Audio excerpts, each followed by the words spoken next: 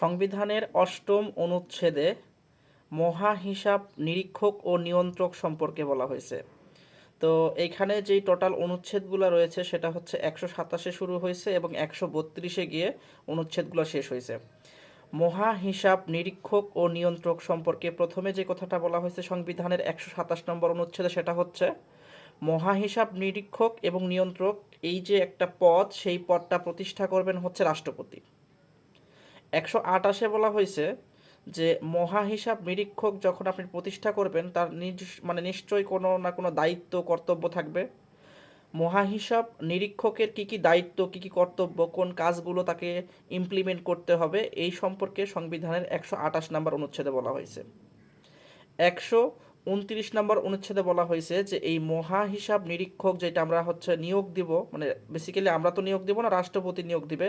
Inner মেয়াদ কত বছর থাকবে এবং কত বছর পর্যন্ত উনি হচ্ছে এই কাজটা করতে পারেন।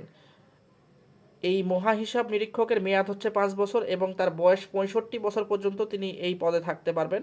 বয়স ৬৫ বছর যখন শেষ হয়ে যাবে তখন কিন্তু ওই পদে উনি আর থাকতে পারবেন না।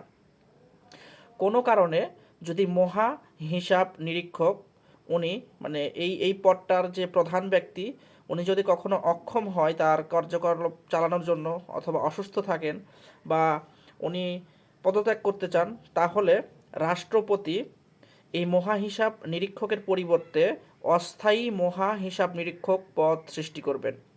তাইলে সংবিধানের ১৩০ নম্বর পদে আসলো হচ্ছে মহা হিসাব নিরীক্ষক যখন থাকবে না তার পরিবর্তে অস্থায়ী মহা হিসাব নিরীক্ষক পদ প্রতিষ্ঠা করতে হবে।